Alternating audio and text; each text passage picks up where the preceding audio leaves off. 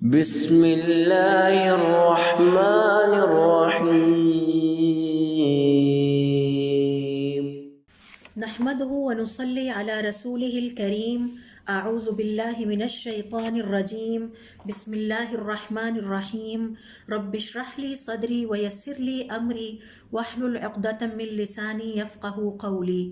اپنے پچھلے کئی سیشن سے ہم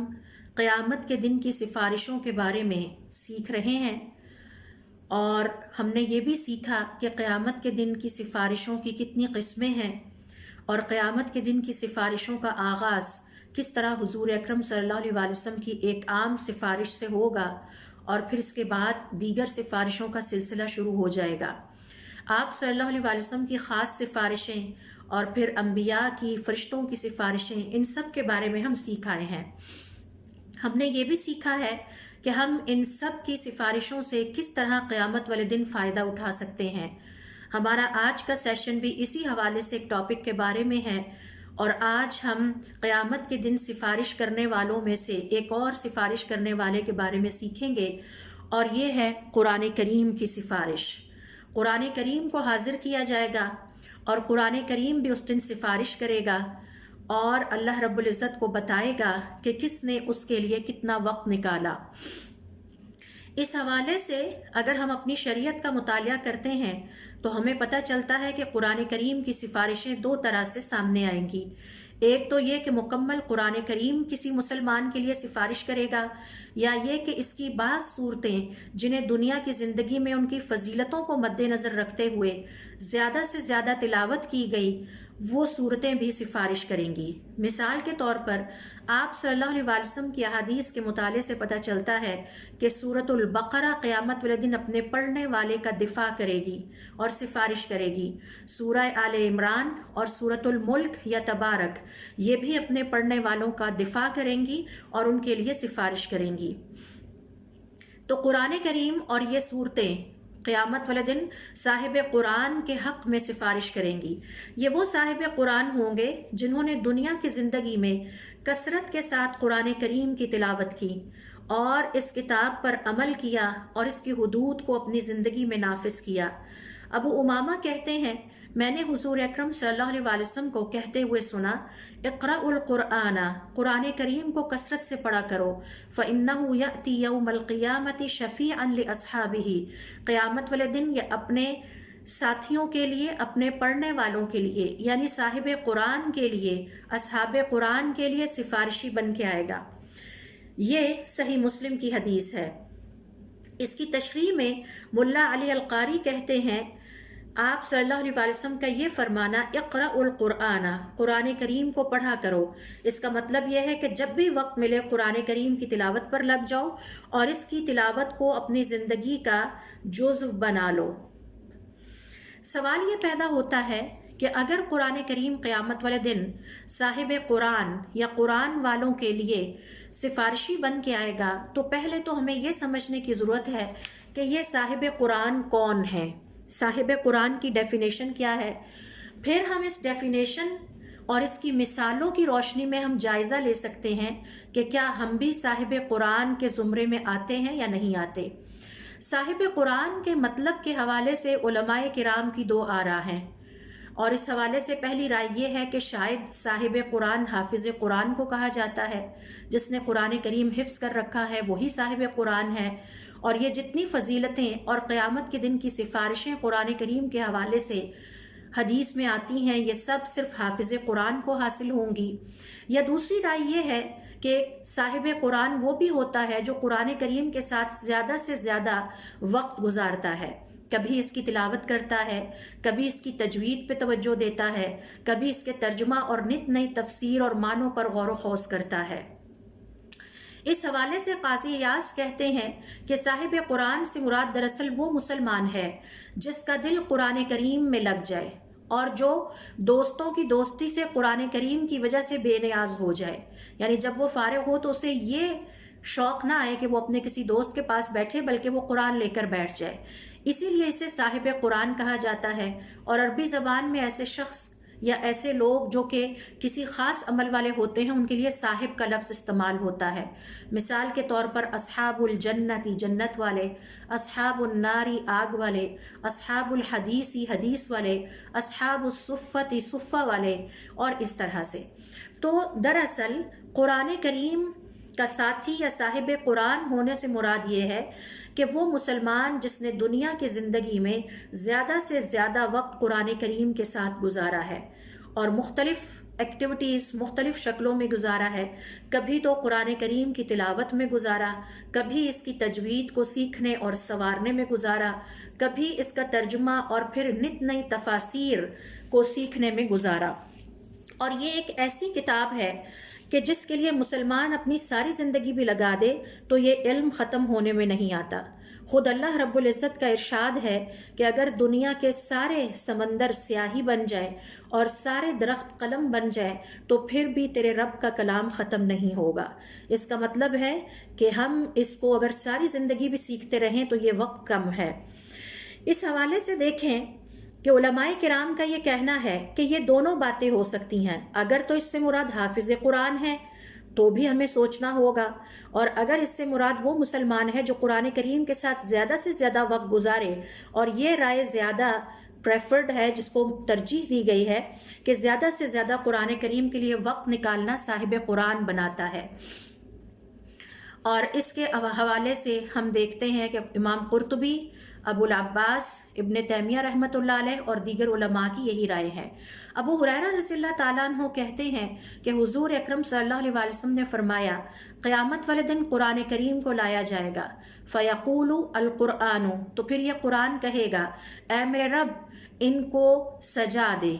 ان کو زیورات سے آراستہ کر دے. تو اس شخص کو کرامت کا تاج پہنا دیا جائے گا. پھر قرآن کریم پکار کر کہے گا اے میرے رب کچھ اور بھی، یعنی ان کو کچھ اور اعزاز بھی عطا کیجئے،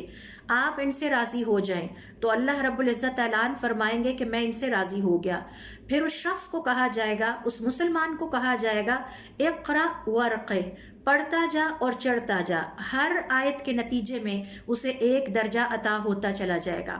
یہ حدیث بیان کی ہے امام ترمذی نے اور حاکم نے. ایک اور روایت ہے حضرت ابو ہریرہ رضی اللہ تعالیٰ عنہ کی، جس میں وہ کہتے ہیں کہ آپ صلی اللہ علیہ وسلم فرمایا کرتے اقرأ القرآن، قرآن کو زیادہ سے زیادہ پڑھا کرو، یہ قیامت کے دن کا بہترین سفارشی ہے. نوٹ کرنے والی بات ہے کہ قیامت کے دن کے اتنے سفارشی ہیں، کسی کے بارے میں نعم الشفیع نہیں کہا گیا، بہترین سفارشی.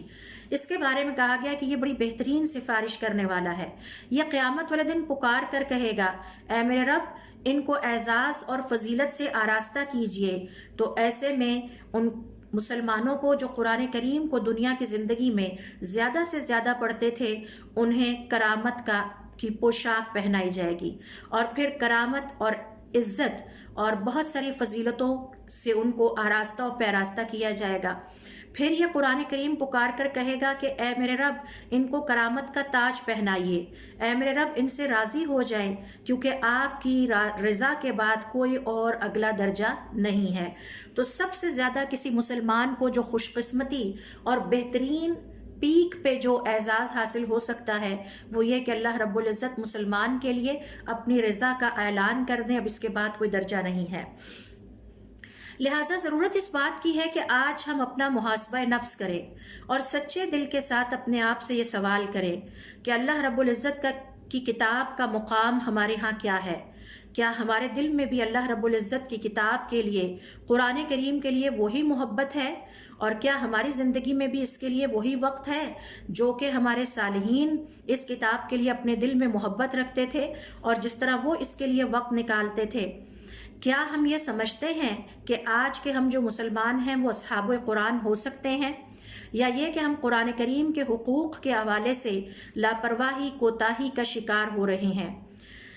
اور یہ دیکھنے کے لیے ضروری ہے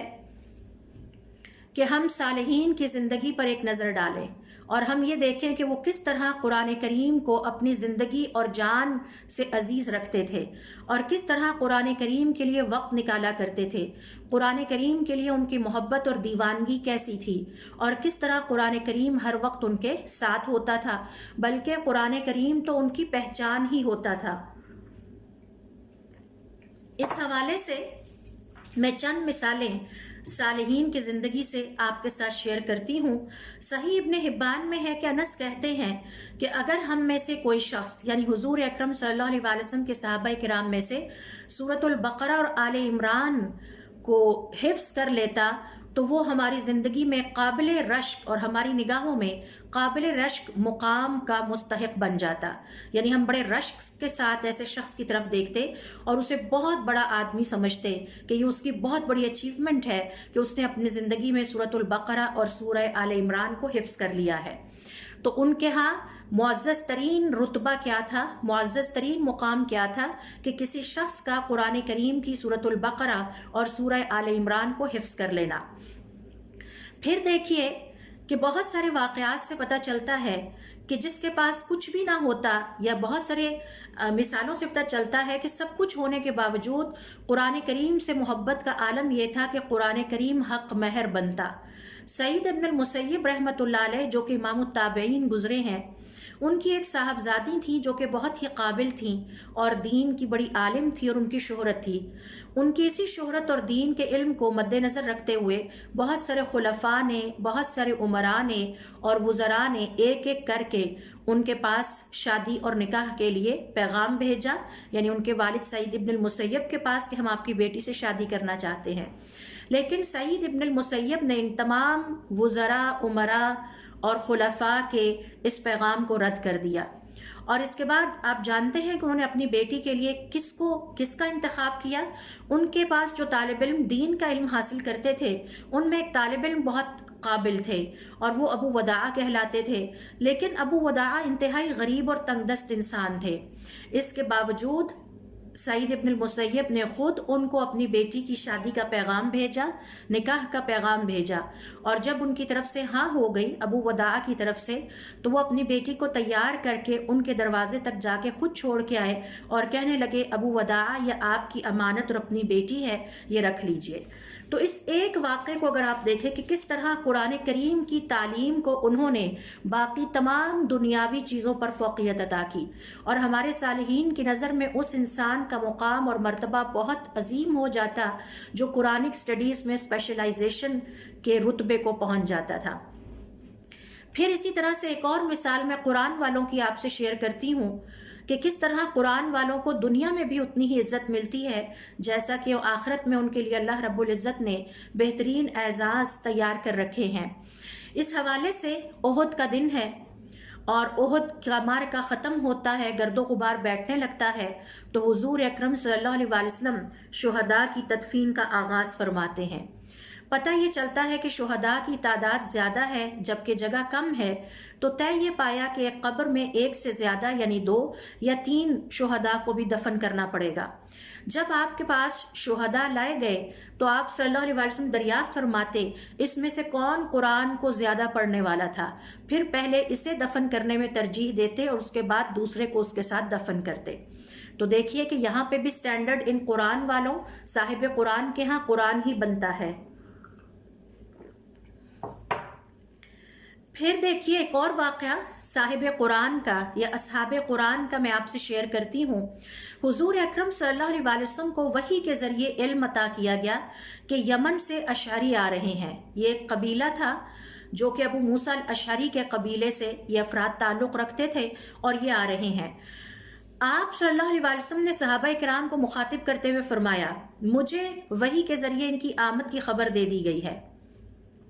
یعنی اس قبیلے کی کوئی خاص فضیلت ایسی تھی کہ ان کے بارے میں حضور اکرم صلی اللہ علیہ وسلم کو بھی بتا دیا گیا اور پہلے سے بتا دیا گیا۔ اس کی وجہ یہ ہے کہ یہ قبیلہ اللہ رب العزت کے ہاں اپنی کسی خاص کوالٹی کی وجہ سے بہت مشہور تھا اور بہت پسندیدہ تھا۔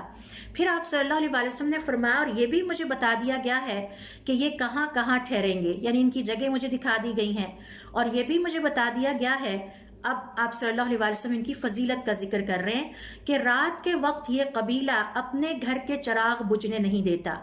اور رات کے اندھیرے اور تنہائیوں میں قرآن کریم کی جب یہ تلاوت کرتے ہیں تو جس جگہ یہ قبیلہ رہتا تھا ہر گھر میں رات کے وقت قیام اللیل میں قرآن کریم کی تلاوت ہوتی یا نوافل کی ادائیگی کے بعد قرآن کریم کی تلاوت ہوتی رہتی اور یہاں تک کہ فجر ہو جاتی. اور ان کی تلاوت کی پہچان یہ تھی کہ دور دور تک ان کی آوازیں شہد کی مکھیوں کی طرح بھن بھناتے ہوئے محسوس ہوتی.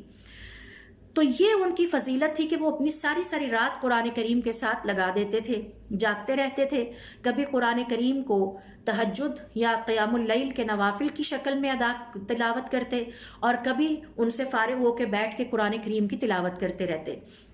تو یہ تھی ان کی وہ خاصیت، یہ تھی ان کی وہ کوالٹی اور نیک عمل جس کی وجہ سے حضور اکرم صلی اللہ علیہ وسلم کو خاص طور پر اس قبیلے کی آمد کی اطلاع بھی دی گئی اور ان کی فضیلت سے آگاہ بھی کیا گیا. پھر اس قوم کی خاصیت یہ بھی تھی کہ یہ جہاد میں بھی لگے ہوتے تو قرآن کریم کی تلاوت کرتے رہتے. اس وقت یہ سورۃ الانفال اور جہاد کی آیات کی تلاوت کرتے. صحابہ کرام کہتے ہیں کہ ہم نے دیکھا کہ ان کی صفوں سے سورۃ الانفال اور جہاد کی آیات کی تلاوت جاری رہتی اور دیگر مجاہدین کے لہو کو گرماتی رہتی. تو ہر وقت قرآن کریم ان کے ساتھ ہوتا، حتیٰ کہ زندگی کے مشکل ترین اوقات یعنی جہاد کے اوقات میں بھی قرآن کریم کی تلاوت جاری رہتی. ایک تابعی سے کسی دوسرے ساتھی کے گھر کا فاصلہ پوچھا گیا تو انہوں نے جواب دیا، یہی کوئی قرآن کریم کی 100 آیات کی تلاوت کے برابر، یعنی تم یہاں سے چلنا شروع کرو، جہاں جا کے قرآن کریم کی تقریباً 100 آیتیں تم پڑھ کے ختم کر ڈالو تو تمہیں ان کا وہاں گھر ہوگا. تو آپ اس سے اندازہ لگائیے کہ ان کے ہاں قرآن کریم کی اہمیت کتنی تھی اور وہ کیوں صاحب قرآن کہلاتے تھے.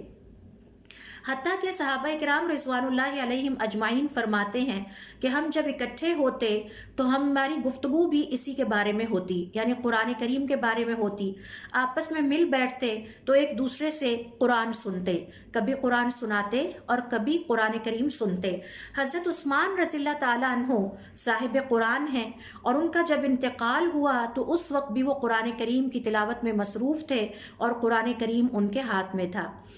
پھر ہمیں ایسے بھی صحابہ کرام کا پتہ چلتا ہے جنہوں نے اپنی زندگی کے کئی عشرے یعنی کم از کم 10 سال کئی سال ایک سورت کے سیکھنے کے لیے وقف کر دی. یہ ہیں صاحب قرآن. ابن عمر رضی اللہ تعالیٰ عنہ ایک روایت کے مطابق سورۃ البقرہ 8 سال میں انہوں نے سیکھی اور ایک اور روایت کے مطابق 12 سال میں سیکھی اور اس کے بعد شکرانے کے طور پر جانور ذبح کیے. تو ذرا نوٹ کیجئے کہ وہ کن باتوں پر خوش ہوتے تھے کہ انہوں نے سورۃ البقرہ سیکھی ہے اور اللہ رب العزت نے ان کو یہ علم عطا کیا تو انہوں نے شکرانے کے طور پر جانور ذبح کیے.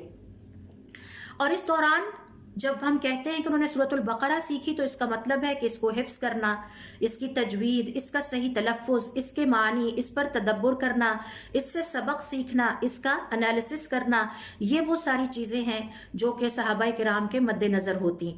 اسی طرح سے بعض صحابہ کرام کے بارے میں پتہ چلتا ہے کہ وہ ساری رات ایک ہی آیت کی بار بار تلاوت کر کے قیام اللیل میں رات گزارتے اور ان کی پوری رات ایک آیت پر گزر جاتی. مثال کے طور پر ابن مسعود رضی اللہ تعالیٰ عنہ ساری رات ایک ہی آیت کی تلاوت کر کے نوافل میں روتے رہے اور اللہ سے دعا کرتے رہے، وَقُلْ رَبِّ زِدْنِي عِلْمًا، اور کہہ دیجئے اے میرے رب میرے علم میں اضافہ کیا جائے. تو یہ تھی ان کی دعا اور یہ تھی ان کی قرآن کریم سے محبت کہ ایک ہی آیت پر انہوں نے پوری رات گزار دی.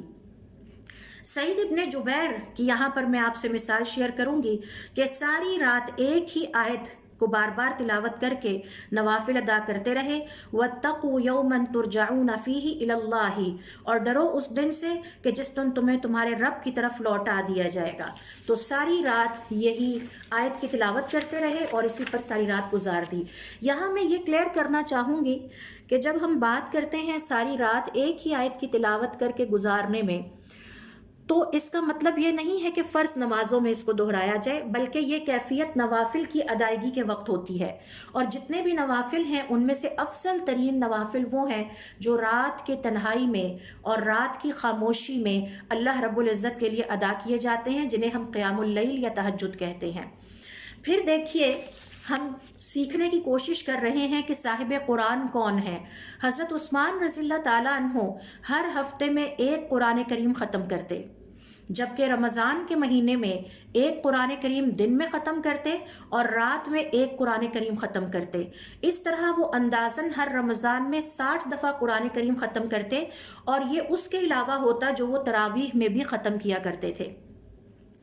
ان صالحین یا ہمارے صحابہ کرام یا تابعین کے ہاں، یا ہم انہیں کہیں گے صاحب قرآن کے ہاں، رمضان کا مہینہ قرآن کریم کا مہینہ کہلاتا تھا۔ رمضان میں باقی سارے کام بند کر دیے جاتے، حتیٰ کہ درس و تدریس کو بھی بند کر کے صرف اور صرف قرآن کریم پر لگ جاتے، اس کی تلاوت کرتے، اس کی تجوید سیکھتے، اس کی تفسیر سیکھتے، اس کے معنی پر غور کرتے۔ اسی طرح سے کسی نے صالحین میں سے کسی سے پوچھا، ہم کتنا قرآن کریم تلاوت کیا کریں؟ انہوں نے جواب دیا، جتنی خوشی اور کامیابی تم دنیا اور آخرت میں چاہتے ہو۔ اگر تم اپنے لیے خوشی اور کامیابی کم چاہتے ہو دنیا اور آخرت میں تو کم کر دو تلاوت، اور اگر زیادہ چاہتے ہو، جتنی چاہتے ہو اتنی تلاوت کیا کرو۔ پھر دیکھیے ان اصحاب قرآن یا صاحب قرآن کی کیفیت، قرآن کریم کے ساتھ ان کی محبت کا اندازہ لگائیے کہ انہوں نے اپنی سہولت کے مطابق اپنے لیے روزانہ تلاوت کا ایک پورشن قرآن کریم کا مقرر کر رکھا تھا۔ اس کو وہ حزب کہا کرتے تھے، اور اپنے اس حزب کا بڑا خیال رکھتے کہ ہم نے آج اتنا قرآن کریم دن اور رات میں پڑھ لینا ہے، اتنا پورشن کمپلیٹ کرنا ہے۔ کسی نے 7 حصے پورے قرآن کے کیے ہوتے تاکہ 7 دن میں قرآن ختم کر لے، اور کسی نے 4 کیے ہوتے، جیسے حضرت عمر رضی اللہ تعالیٰ عنہ تھے، 4 دن میں قرآن کریم ختم کر لیتے۔ اور آپ رضی اللہ تعالیٰ عنہ یعنی حضرت عمر رضی اللہ تعالیٰ عنہ فرماتے ہیں کہ جس کا کسی دن یا کسی رات میں وہ حزب رہ جائے، رات کو نیند آ گئی اور رات کو جاگ کر اپنا قرآن کریم مکمل نہیں کر سکے، تو اسے چاہیے کہ وہ اگلے دن فجر اور ظہر کی نماز کے درمیانی وقفے میں تلاوت کر لے، اس کا اتنا ہی ثواب ہوگا جتنا کہ رات کے وقت قیام اللیل میں قرآن کریم کی تلاوت کا ثواب ہوتا ہے۔ اسی طرح کسی نے قرآن کریم کو 9 حصوں میں تقسیم کر رکھا تھا، یعنی 9 احزاب میں، تو وہ 9 دنوں میں قرآن کریم ختم کرتا۔ کسی نے 11 دنوں میں قرآن کریم ختم کرنے کے لیے اسے 11 احزاب یا 11 پورشنز میں تقسیم کر رکھا تھا، اور کسی نے 13 میں بھی کر رکھا تھا۔ صحابہ اکرام رضوان اللہ علیہم اجمعین اور ہمارے جو تابعین اہل قرآن ہیں یا صاحب قرآن تھے، ان کی زندگیوں کے مطالعے سے پتہ چلتا ہے کہ منیمم کم سے کم رمضان کے علاوہ وہ 3 دن میں قرآن ختم کرتے، اور رمضان میں وہ کئی دفعہ ایک دن میں ایک قرآن کریم بھی ختم کر لیتے تھے۔ ابن مسعود رضی اللہ تعالیٰ عنہ 7 دنوں میں ایک قرآن مکمل کر لیا کرتے تھے، اور وہ دوسروں کو بھی تاکید کرتے کہ 7 دنوں میں ایک دفعہ قرآن کریم مکمل کر لیا کرو، اور ایک دن اور ایک رات میں ایک حزب تقسیم کر لو، پھر اس کی خوب پابندی کرو تاکہ تم 7 دنوں میں قرآن کریم ختم کر لو۔ قتادہ 7 دن میں قرآن کریم مکمل کرتے، اور رمضان میں 3 روز میں ایک دفعہ پڑھ ڈالتے تھے، یعنی ایک دفعہ قرآن کریم کی تلاوت کر لیتے تھے۔ ہمارے صالحین کہا کرتے، اگر کوئی مسلمان یعنی آپس میں ایک دوسرے سے پوچھتے تم نے کتنا پڑھا ہے، تم نے کتنا پڑھا ہے، اور اگر کوئی 40 دن میں بھی ایک دفعہ قرآن کریم ختم نہ کر پاتا تو اسے سخت سست اور نکما کہتے اور اسے برا سمجھا جاتا۔ یحییٰ الجمانی کہتے ہیں کہ حضرت ابو بکر عیاش رحمۃ اللہ علیہ جو کہ تابعی گزرے ہیں، ان کے انتقال کا وقت آ گیا، ان کی بہن ان کو دیکھ کر رو پڑی، فرمایا روتی کیوں ہو؟ سامنے ذرا نظر تو ڈالو، تمہارے بھائی نے یہاں 18,000 دفعہ قرآن کریم ختم کیا ہے، مجھے اللہ کے گھر سے امید ہے کہ اللہ تعالیٰ مجھے ضائع نہیں کرے گا۔ اعمش کہتے ہیں کہ یحییٰ ابن وقاص مہینے بہت ہی کمال خوبصورتی سے قرآن کریم کی تلاوت کیا کرتے تھے۔ کہتے ہیں کہ جب میں ان کے قرآن کریم کی تلاوت سنتا تو میرا دل چاہتا کہ میں ان کے سر پر جا کے بوسہ دوں، اور میں دیکھا کرتا کہ اگر لوگ مسجد سے نکل رہے ہیں اور یحییٰ ابن صاحب وہاں داخل ہو گئے ہیں تو لوگ ان کو دیکھ کر رک جاتے اور اپنی جگہوں پر بیٹھ جاتے، کیونکہ انہیں پتہ ہوتا کہ اب یحییٰ تلاوت کریں گے اور ہم سب سنیں گے۔ اور میں دیکھتا کہ نمازیوں سے مسجد بھری ہوتی لیکن پرسکون ہو جاتی، اور کسی کے اندر مجھے کوئی حرکت نظر نہ آتی، اور لوگ بیٹھ کر ان کی تلاوت سنتے رہتے۔ امام شافعی رمضان میں 60 دفعہ قرآن کریم ختم کرتے، ان کے ایک ساتھی کہتے ہیں کہ میں نے ان کو دیکھ کر سوچا کہ اس دفعہ میں بھی پوری کوشش کروں گا کہ ان کے ساتھ برابر مقابلہ کرتے ہوئے 60 دفعہ قرآن کریم ختم کروں۔ میں نے پوری کوشش کی لیکن میں 59 دفعہ تک پہنچ پایا، 60ویں دفعہ میں قرآن ختم نہیں کر سکا۔ اس کے علاوہ امام شافعی رحمۃ اللہ علیہ کی عادت تھی کہ وہ سال کے باقی مہینوں میں یعنی پورے سال میں رمضان کے علاوہ 30 دفعہ قرآن کریم ختم کرتے، جبکہ رمضان میں 60 دفعہ قرآن کریم ختم کرتے۔ عموماً ہمارے صالحین رمضان کے علاوہ 3 دن سے 7 دن میں 1 دفعہ قرآن کریم مکمل کر لیتے۔ تو یہ ہیں وہ اہل قرآن جن کی مثالیں میں آپ سے شیئر کرنا چاہتی تھی۔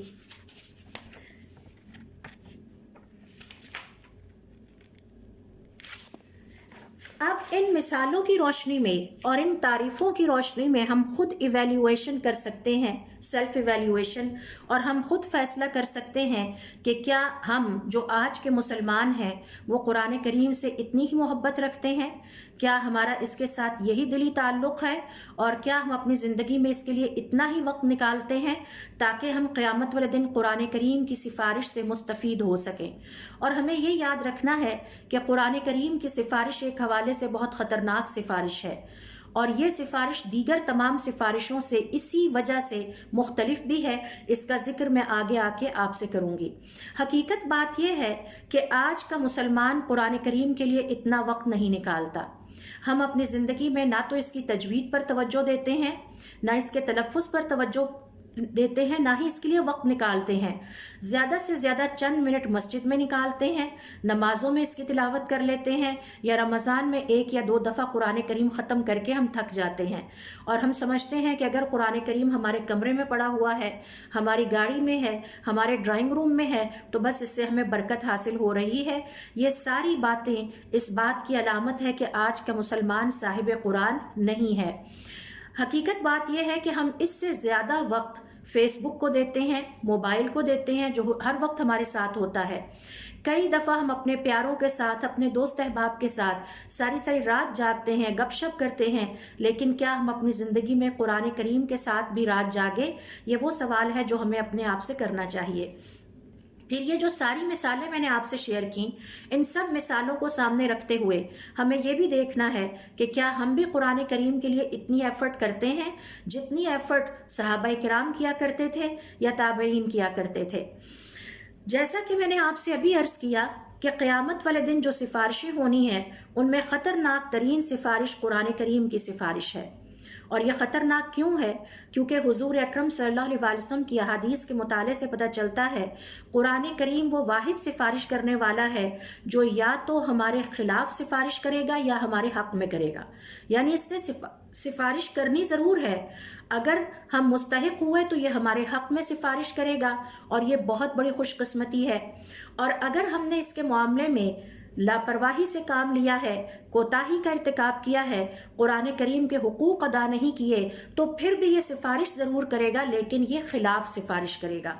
یہ ہے وہ سفارش کی نوعیت جس کی وجہ سے اسے قیامت کے دن کے خطرناک ترین سفارشی کہا جاتا ہے۔ اس حوالے سے دلیل دیکھیے، ابو مالک الاشعری رضی اللہ تعالیٰ عنہ کہتے ہیں کہ حضور اکرم صلی اللہ علیہ وسلم نے فرمایا، اور یہ صحیح مسلم کی روایت ہے، کہ طہارت یا پاکیزگی ایمان کا نصف حصہ ہے۔ الحمدللہ میزان کو بھر دیتا ہے، سبحان اللہ والحمدللہ یہ دونوں آسمانوں اور زمین کے درمیان بھر دیتے ہیں جگہ کو۔ والصلاۃ نور، اور نماز نور ہے۔ والصدقۃ برہان، اور صدقہ دلیل ہے اللہ رب العزت پر ایمان کی۔ والصبر ضیاء، اور صبر روشنی ہے۔ والقرآن حجۃ لک، قرآن کریم یا تو تمہارے حق میں سفارش کرے گا، دلیل بنے گا، او علیک، یا تمہارے خلاف سفارش کرے گا یا تمہارے خلاف دلائل دے گا۔ تو قرآن کریم کی سفارش اس حوالے سے خطرناک ترین سفارش ہے کہ اس نے ہر مسلمان کے سامنے حاضر ہونا ہے۔ ہر مسلمان کی حالت مختلف ہوگی۔ جنہوں نے اس کو وقت دیا ہوگا، جو صاحب قرآن ہوں گے، ان کے حق میں سفارش کرے گا، اور جنہوں نے اس کے حقوق کے حوالے سے، اس کو وقت دینے کے حوالے سے لاپرواہی اور کوتاہی کا ارتکاب کیا ہوگا، یہ ان کے خلاف ہوگا۔ عبداللہ ابن مسعود رضی اللہ تعالیٰ عنہ کہتے ہیں کہ حضور اکرم صلی اللہ علیہ وسلم نے فرمایا قرآن کریم قیامت والے دن سفارش کرے گا اور اللہ رب العزت کی خاطر صاحب قرآن کے لیے جھگڑا بھی کرے گا، بحث بھی کرے گا۔ لہٰذا جس نے قرآن کریم کو اپنا امام بنا لیا یہ اسے جنت میں لے اترے گا، اور جس نے اسے پسے پش ڈال دیا یہ اسے آگ میں لے جائے گا۔ لہٰذا جس کے خلاف قرآن کریم نے یہ گواہی دی کہ اس نے لاپرواہی کی اور دنیا کی زندگی میں میرا حق ادا نہیں کیا، وہ آگ میں جائے گا، یہ امام مناوی رحمۃ اللہ علیہ اس حدیث کی تشریح میں کہتے ہیں۔ تو مسلمان نے جن وجوہات کی بنا پر آگ میں جانا ہے ان میں سے ایک یہ بھی ہے کہ اگر اس نے قرآن کریم کا حق ادا نہیں کیا۔ اللہ رب العزت نے وقت عطا کیا تھا، مصروفیات اور ذمہ داریوں میں کمی آ گئی، لیکن اس کے باوجود قرآن کریم کے لیے اس طرح وقت نہیں نکالا، تو یہ آگ میں جانے کا، یہ لاپرواہی اور یہ کوتاہی آگ میں جانے کا باعث بن سکتی ہے۔ اور حقیقت بات یہ ہے کہ ہم اپنے فارغ وقت کا صحیح استعمال نہیں کرتے۔ یہ بھی اللہ رب العزت کی طرف سے ہمارے لیے بہت بڑی آزمائش ہوتی ہے کہ اب ہمارے پاس وقت فارغ ہے، جیسے بڑھاپے میں بچے جوان ہو گئے ہیں، اب انہوں نے اپنی ذمہ داریاں سنبھال لی ہیں، ہماری ذمہ داری اتنی زیادہ نہیں ہے، تو ہمیں چاہیے کہ اس فارغ وقت سے فائدہ اٹھائیں اور اس میں کثرت کے ساتھ قرآن کریم کی تلاوت کر کے اللہ رب العزت سے دعا کریں کہ وہ ہمیں صاحب قرآن بنا دے اور اپنے صاحب قرآن بندوں میں شامل کرے، اور قیامت والے دن ہمیں قرآن کریم کی سفارشی عطا کرے۔ ابو موسیٰ الاشعری رضی اللہ تعالیٰ عنہ کہتے ہیں، اور ابو موسیٰ الاشعری رضی اللہ تعالیٰ عنہ کی خوبی یہ تھی کہ اللہ رب العزت نے انہیں بہت خوبصورت آواز عطا کی تھی، اور یہ قرآن کریم کی تجوید بہت خوبصورت انداز سے کرتے تھے، اور قرآن کریم کی جب تلاوت کرتے تو بہت خوبصورت کرتے تھے۔ حتیٰ کہ ایک دفعہ یہ کہیں قرآن کریم کی تلاوت کر رہے تھے تو کہتے ہیں کہ حضور اکرم صلی اللہ علیہ وسلم اس کو خاموشی سے سنتے رہے، اور پھر اگلے دن مجھ سے ملے تو تعریف کرتے ہوئے کہنے لگے، کاش کہ تم دیکھ سکتے اس وقت جب میں تمہاری قرات کو سن رہا تھا کل، یعنی کل جب تم قرآن کریم کی تلاوت کر رہے تھے تو میں تمہیں سن رہا تھا، مجھے ایسا لگتا تھا جیسے تمہیں آل داؤد کے مزامیر میں سے کوئی مزمار عطا کر دیا گیا ہو۔ اس کا کیا مطلب ہے؟ اس کا مطلب یہ ہے کہ حضرت داؤد علیہ السلام کو اللہ رب العزت نے زبور عطا کی تھی، اور وہ اس کو انتہائی ترنم سے خوبصورت آواز میں اس طرح پڑھتے کہ پہاڑ اور پرندے بھی آپ کے ساتھ اللہ رب العزت کی تسبیح میں شامل ہو جاتے، حتیٰ کہ راہ چلتے قافلے بھی رک جاتے اور اس تسبیح کی آواز کو سن کر اس میں شامل ہو جاتے۔ ایک اور روایت میں ہے کہ حضرت داؤد علیہ السلام اتنی خوبصورت آواز سے ترنم کے ساتھ پڑھا کرتے، تسبیح پڑھا کرتے اور زبور پڑھا کرتے کہ اللہ تعالیٰ نے پہاڑوں اور پرندوں کو حکم دیا کہ تم بھی تسبیح میں داؤد علیہ السلام کے ساتھ آواز میں لاؤ اور شامل ہو جاؤ۔ اپنی قوم میں حضرت داؤد علیہ السلام سب سے زیادہ خوبصورت آواز والے انسان تھے، تو آواز بہت خوبصورت تھی، تجوید بہت اچھی تھی، پڑھتے بہت اچھے طریقے سے تھے۔ نتیجہ یہ نکلتا کہ انہوں نے اپنی خوبصورت آواز کا بہترین استعمال یہ کیا کہ قرآن کریم یا اپنے وقت میں جو اللہ کا کلام تھا زبور، اس کو پڑھنے پر لگا دیا۔ یہی صحابی ابو موسیٰ الاشعری مسلمانوں کو نصیحت کرتے ہوئے کہتے ہیں، یہ بات یاد رکھنا، یہ قرآن کریم مستقبل قریب میں یا تو تمہارے لیے اجر کا باعث بنے گا یا تمہارے لیے گناہوں کا بوجھ بن جائے گا، تو آج سے ہی قرآن کریم کے پیچھے لگ جاؤ، یہ تمہارے پیچھے نہ لگے، کیونکہ جس نے قرآن کریم کے پیچھے اپنی زندگی گزار دی قرآن کریم اسے جنت میں لے اترے گا، اور جس کے پیچھے قرآن کریم لگ گیا یعنی جس کے خلاف گواہی دے دی اسے آگ میں ڈال دیا جائے گا۔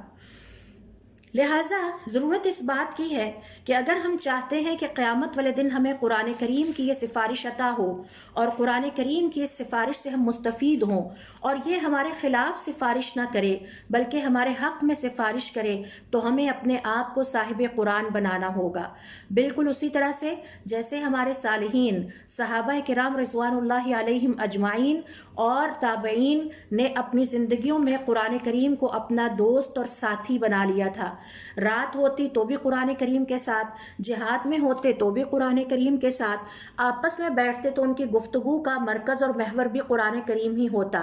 حتیٰ کہ صحابہ کرام میں سے بعض کہتے ہیں کہ جب ہم اپنے گھروں میں داخل ہوتے تو ہماری خواتین ہم سے پہلا سوال یہ کرتیں، آج قرآن کریم کی کون سی آیت نازل ہوئی ہے؟ تو گویا گھر میں جاتے تو بھی قرآن کریم ہی ان کی گفتگو کا مرکز و محور ہوتا۔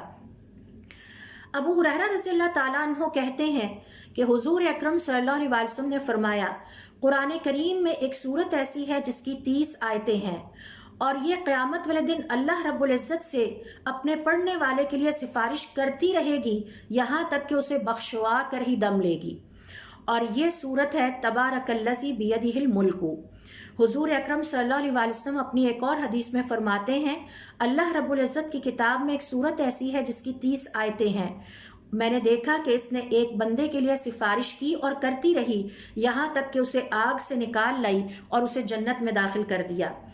انس ابن مالک اسی حوالے سے روایت کرتے ہیں رضی اللہ تعالیٰ عنہ کہ حضور اکرم صلی اللہ علیہ وسلم نے فرمایا قرآن کریم کی ایک سورت ایسی ہے جس کی 30 آیتیں ہیں، یہ اپنے ساتھی کے لیے جھگڑتی رہے گی یہاں تک کہ اسے جنت میں داخل کرائے گی، اور یہ سورہ تبارک ہے۔ تو یہ 3 احادیث میں نے آپ سے شیئر کی۔ اس سے پہلے ہم نے جنرلی قرآن کریم کی سفارش کے حوالے سے بات کی تھی، اب قرآن کریم کی جو اسپیسیفک صورتیں ہیں ان کی سفارش کے حوالے سے میں نے آپ سے سورہ ملک کے حوالے سے یہ 3 احادیث شیئر کی ہیں، اور اگر آپ ان احادیث کے ٹیکسٹ پہ نظر ڈالیں تو آپ صلی اللہ علیہ وسلم اس کی خاصیتیں بتاتے ہیں۔ نمبر 1 تو یہ کہ یہ سفارش کرے گی، اس کا مطلب ہے کہ ہر صورت سفارش کرنے والی نہیں ہے، اور اس وقت تک کرتی رہے گی یعنی بحث مباحثہ کرے گی جب تک کہ اس کو بخشوا نہیں لے گی۔ دوسری حدیث میں فرمایا آگ سے نکال کر جنت میں داخل کر دے گی، اور تیسری میں فرمایا کہ ابھی آگ میں وہ نہیں جائے گا بلکہ اسے جنت میں داخل کر کے دم لے گی۔ تو یہ تینوں باتیں نوٹ کرنے والی ہیں۔ پھر سورہ تبارک یا سورۃ الملک کی فضیلت یہ بھی ہے کہ یہ عذاب قبر سے بھی بچانے والی ہے، گویا یہ وہ سورت ہے کہ جس نے قیامت کے دن بھی کام آنا ہے، عالم برزخ میں بھی کام آنا ہے۔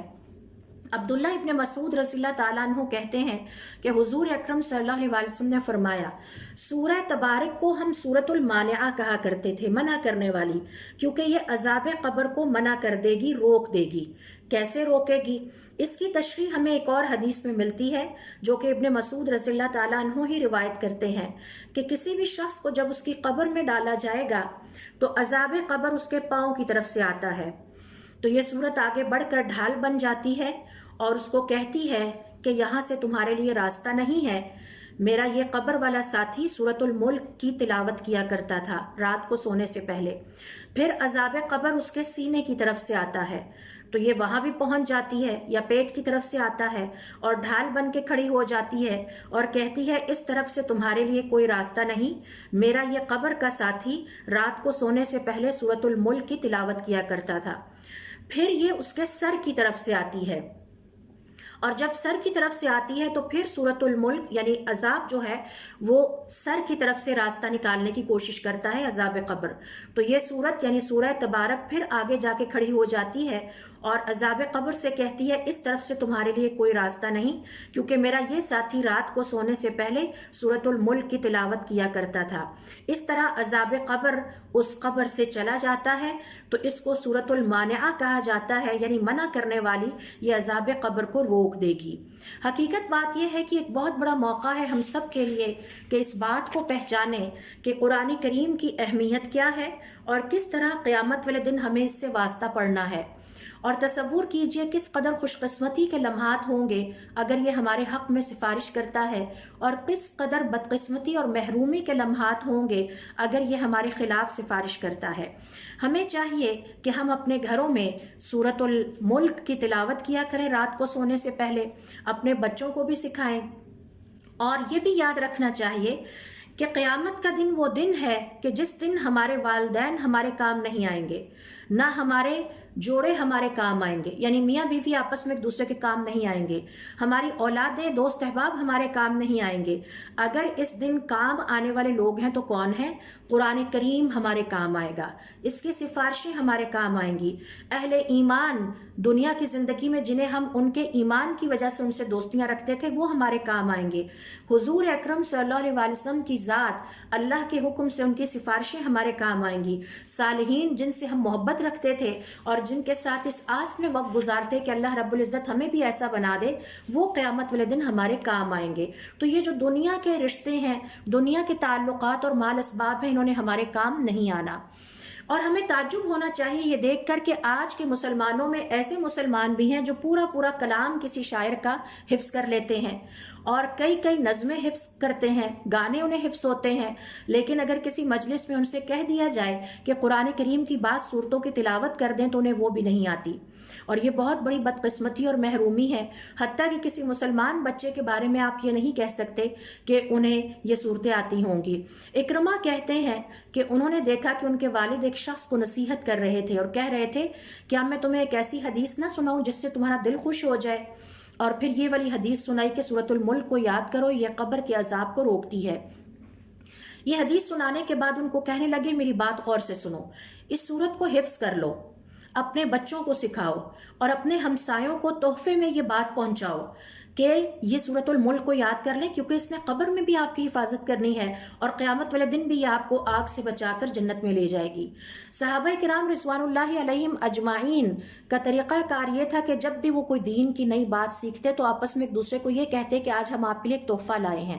اور وہ دین کی نئی بات ہوتی، یعنی علم میں ایک پوائنٹ میں اضافہ ہو جاتا۔ تو اپنے ہمسائے کو جو ہم تحفے دیتے ہیں ان میں بہترین تحفہ یہ ہے کہ ان تک یہ بات پہنچا دو